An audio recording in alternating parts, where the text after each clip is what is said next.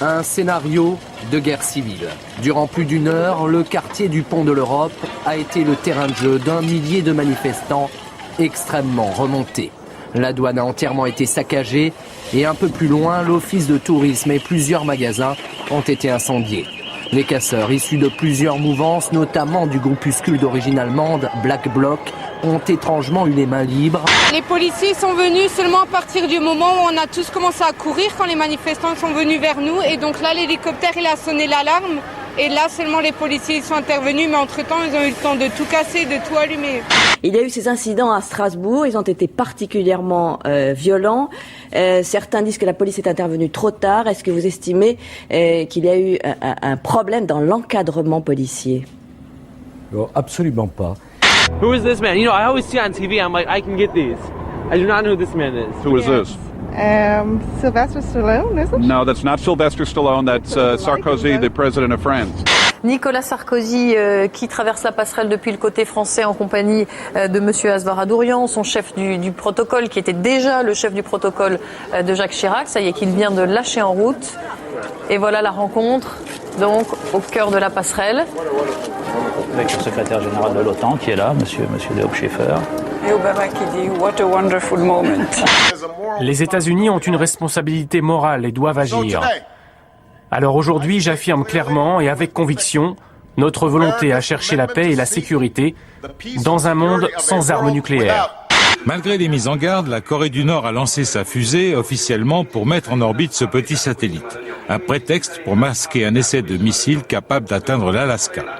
Les services de l'État affirment n'avoir eu qu'un seul objectif. Nous avons privilégié la sécurité des personnes à la sécurité des biens. Depuis le début, les autorités nous ont trimballés.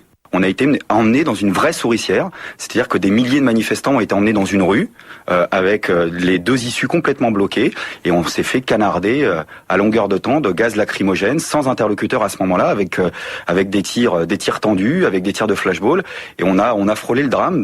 Un violent séisme a donc ébranlé la nuit dernière le centre de l'Italie. Le tremblement de terre d'une magnitude de 6,3 sur l'échelle de Richter a eu lieu vers 3h30 du matin dans la région de l'Aquila, à l'est de Rome, surprenant les habitants dans leur sommeil. Très vite, les secours s'improvisent, on sauve ceux qui sont immédiatement accessibles, comme cet homme, surpris en plein sommeil, qui seulement une fois sorti des décombres comprend qu'il a frôlé la mort. Vous disiez tout à l'heure qu'il y a à peu près 50 000 personnes ce soir qui sont sans abri, c'est-à-dire même sans parapluie. J'ai la chance d'en avoir un sans parapluie car ils sont partis de chez eux sans rien prendre. À l'Aquila, beaucoup ont tout perdu, un proche, leur maison. Le chef du gouvernement italien vient régulièrement leur rendre visite et quand on lui demande son impression sur ce que vivent les familles... Il ne manque de rien. Ils ont un suivi médical, des médicaments, des repas chauds, des abris pour la nuit. C'est une mesure provisoire. C'est un peu comme un week-end de camping. Imaginez que vous avez été victime d'un attentat, que la guerre ou la disparition brutale d'un proche vous a traumatisé et que ces souvenirs vous handicapent pour vivre. Eh bien, des chercheurs de l'université de New York ont découvert comment effacer ces souvenirs de la mémoire. À l'aide d'une molécule injectée dans une certaine partie du cerveau, ils bloquent le souvenir.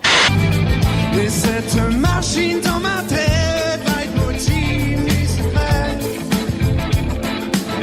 Cocorico, Barack Obama aurait réclamé à son staff la même oreillette invisible que portait Nicolas Sarkozy durant leur conférence de presse commune. Nous quatre, on a fait un petit peu une ETC, c'est-à-dire un peu erreur terrible de casting, quoi. Parce que franchement, ce que tu nous as donné ce soir, c'est quand même pas digne d'une première de bâtard. Au siège du Parti socialiste sénégalais, hier soir, Ségolène Royal sait que son rappel historique va produire son petit effet. Quelqu'un est venu vous dire que l'homme africain n'est pas entré dans l'histoire. Pardon pour ces paroles humiliantes. D'après un sondage, 45% des Français jugent acceptable les séquestrations de patrons par des salariés protestants contre les fermetures. Une nouvelle séquestration de patrons dans une usine de lin. 4 dirigeants du fabricant britannique d'adhésifs Scapa ont été retenus plusieurs heures par leurs salariés. 68 personnes sont menacées de licenciement et demandent de meilleures conditions de départ. Surprise à l'Assemblée nationale, les députés ont rejeté le projet de loi pour lutter contre le téléchargement illégal sur Internet par 21 voix contre 15. Les élus de la majorité n'étaient pas assez nombreux. Autre concept de télé-réalité, someone got to go, il faut bien que quelqu'un parte en français. C'est la dernière idée d'Endemol, laisser les employés décider qui doit prendre la porte. Le boss de l'entreprise qui joue met à disposition des candidats les salaires et les évaluations des employés sur la sellette.